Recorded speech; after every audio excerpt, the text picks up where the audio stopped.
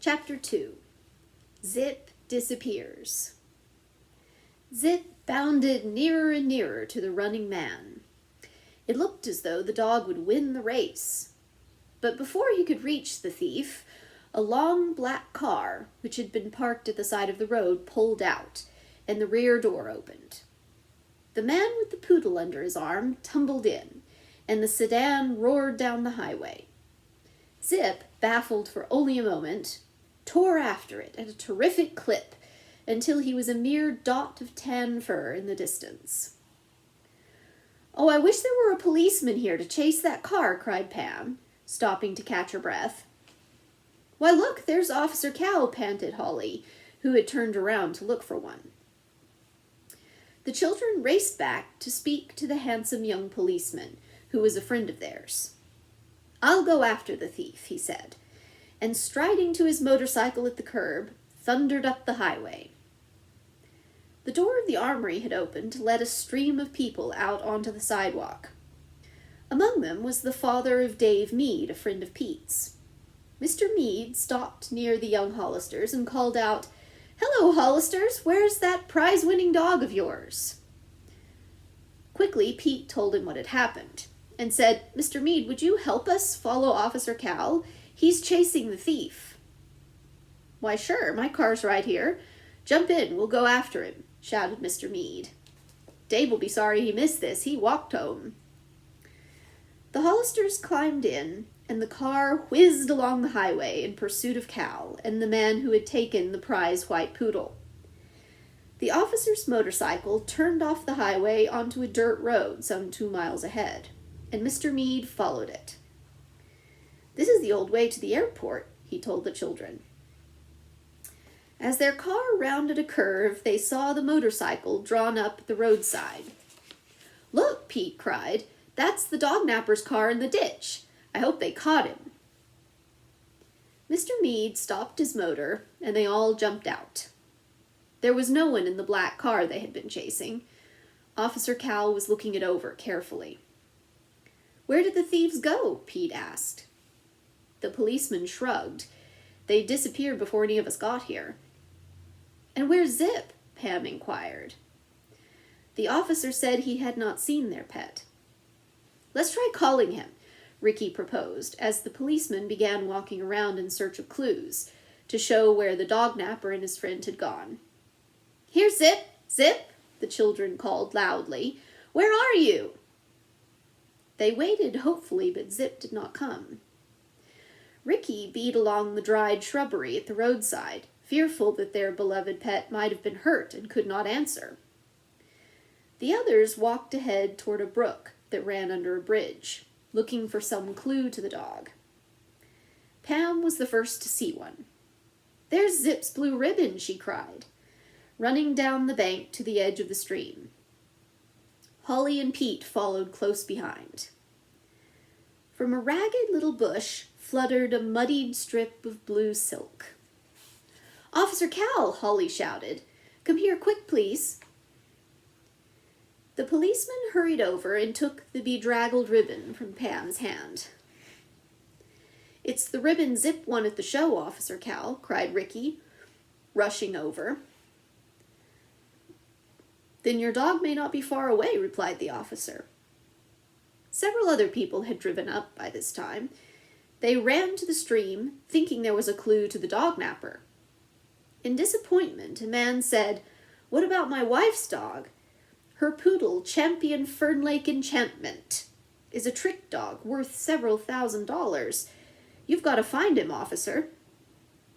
Cal nodded and handed the ribbon back to Pam. "We'll get the thief," he said confidently. "There are 2 counts against him and the driver. The car they were driving isn't theirs." "You mean they stole it?" Ricky asked. Cal took a slip of paper out of his breast pocket. On it were 3 license numbers. "These are stolen car numbers," he said. "The second number is the same as the one on the car in the ditch." Mr. Mead permitted the children to search the nearby fields a little longer. Then he said they must get home. It was a sad-faced group of children that he delivered to the Hollisters' big house on the shore of Pine Lake. Mr. Hollister was as concerned as the children, and suggested they put an advertisement in the Shoreham Eagle, so that it would appear the next morning. The children hurried off to do this. While Pete was writing it out at the counter in the newspaper office, Pam pointed to a sign on the wall that read, "Our ads bring results." On the way home from the newspaper office, the Hollisters met Joey Brill. He rushed up and shook his fist in Pam's face. "I'll fix you for getting me in trouble today at the dog show," he threatened. "And I'm glad your old dog is missing. Serves you right." This was more than Pete could stand. With a quick thrust of his fist, he sent the larger boy reeling. Joey regained his balance and put up his fists. Then, realizing how angry Pete was, and there were 4 Hollisters against him, he decided not to fight. With a final jeering remark, he slunk away, and the children continued toward home. The Hollister home seemed bleak without Zip racing to greet them in his usual exuberant manner. Mr. Hollister, the children's mother told them, had joined the search as soon as he had heard about the dog's disappearance. They waited hopefully for his return, hardly touching their supper. Their father came back empty-handed. Mrs. Hollister tried to cheer her family by talking about the Florida trip. But Pam said sadly, "Mother, we just couldn't go away until we find Zip." Her father looked at the girl admiringly. "I knew you children would feel that way," he said. "I've already canceled our plane reservations. We'll go to Florida only if Zip is found within the next day or 2. At 9 o'clock the next morning, the telephone rang, and Holly sprang to answer it. A woman's voice said, "Is this the Hollister home?" "Yes," was Holly's quick reply. "I think I may have your lost dog," the woman continued. "He limped into my yard yesterday afternoon, but he had no collar on, so I didn't know who owned him until I saw your ad in the morning paper." "I guess it's your collie," the woman went on, "but I must tell you about the dog. There's something wrong with him. He seems to be badly hurt." "Oh no," the little girl said fearfully. Holly turned from the telephone with moist eyes. "That was a Mrs. Parker, a lady who lives at 3 Mile Corners. She thinks she's found Zip, but he's hurt." "Yikes!" Ricky shouted, bouncing about the room. "Let's hurry out there and see." Pete offered to call their father and see if he would drive them out to Mrs. Parker's right away. Mr. Hollister, who owned the Trading Post, a combination hardware, sporting goods, and toy shop located in the center of Shoreham, had gone there to check an unexpected order that had to be sent off right away. After this, he would be free, as he did not usually work on Saturdays. "I'll be home in 5 minutes," he promised his son, when Pete told him the news. "We'll be waiting out front, Dad," Pete said, and hung up.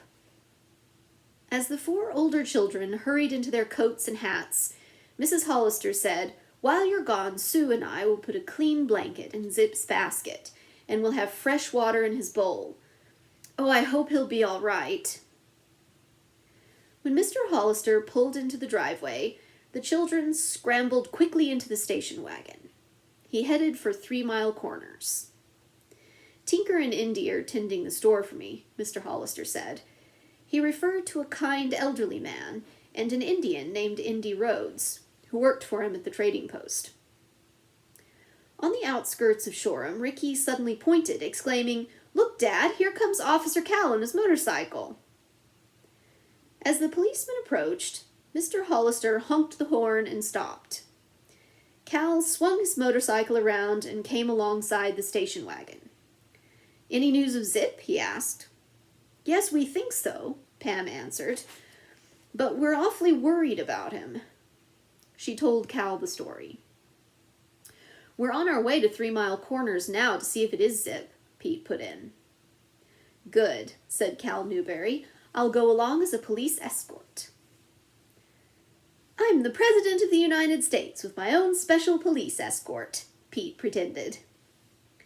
Pam pulled herself up regally and said in a haughty tone, "I feel like a queen riding in my royal coach." Mr. Hollister chuckled. "I see that Officer Cal has turned off the highway up ahead. Do I have the permission of my distinguished passengers to follow him?" The children laughed and then said, "Oh, yes, Dad." "This is the road where the dognapper's car was ditched," Ricky announced. But when they reached the spot, he cried, "It's gone!" "I guess the police towed it away," Mr. Hollister said. They went on. The motorcycle began to slow down a few miles further along, and the Hollisters saw that they were coming to a crossroad, where a white steepled church stood bright against the blue sky. As they drew nearer, the Hollisters noticed an attractive yellow cottage nestled among the trees. Behind it, a stream tumbled over stones. "Isn't that the same brook where we found the blue ribbon?" Pete exclaimed. "That's probably how Zip found his way to the Parker house." On the lawn of the cottage was a neat sign bearing the name Parker. Officer Cal had dismounted and was waiting for them.